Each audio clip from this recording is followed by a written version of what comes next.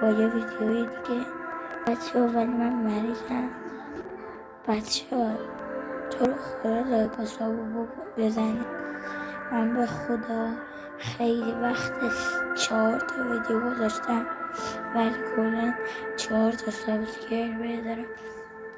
به خدا من یه پسر عادیم که دلم میخواد یوتیوبر شم.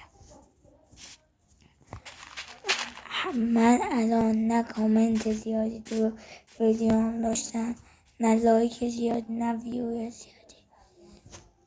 بچه ها تو رو خدا این ویدیو رو لایک و ساب کنید، حداقل به 50 تا ساب برسونید.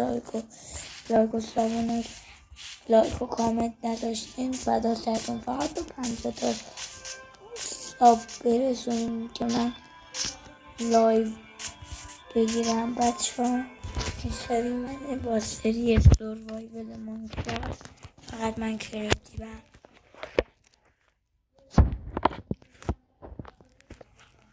هدفمونم دایمنده. بچه به خدا من یه بچه عادیم، چیکار کنم؟ لایک و سابو بزنیم، ساب کنم، میگم ساب، فرست ریویل کنم، شمارم رو بدم، چیکار کنم؟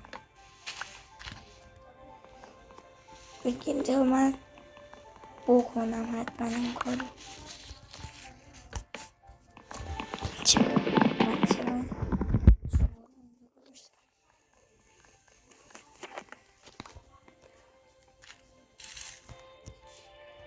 بچه ها من بچگی دوست داشتم همیشه یوتیوبر شم.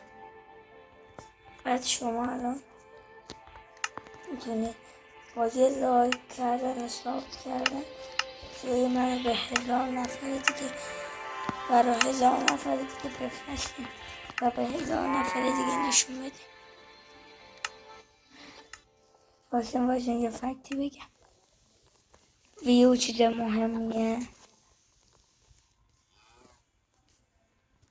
چیز مهمیه، لایک از اون مهمتره و ساب از همشون مهمتره.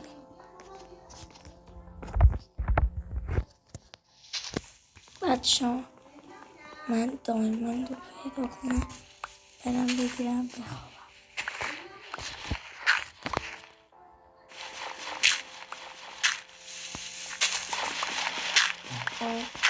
فقط الان دنبال دایموند بیاد بگیرم.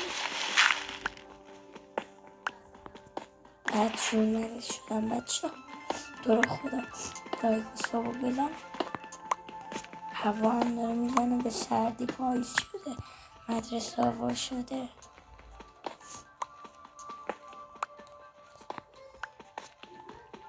امروزم بچه ها 5 شنبه ساعت 7:42.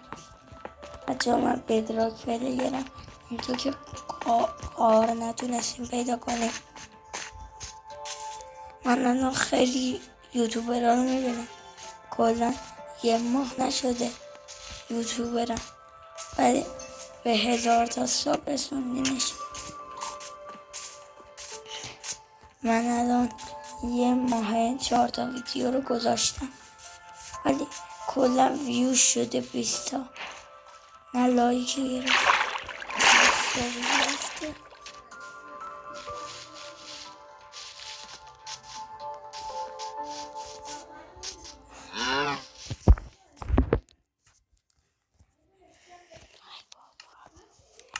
ای بابا دایموند کجاست بابا؟ خوابم میاد.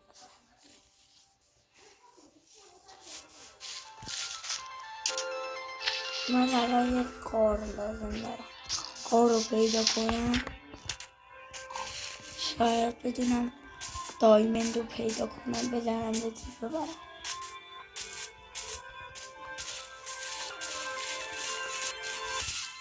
کاری که پیدا نکردم.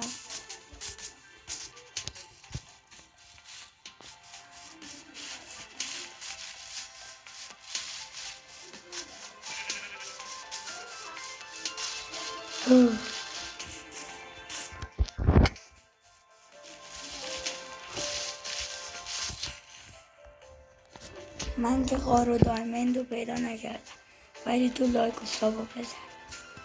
خدافظ بچه ها، عشقی، لایک و ساب کنی. خدافظ.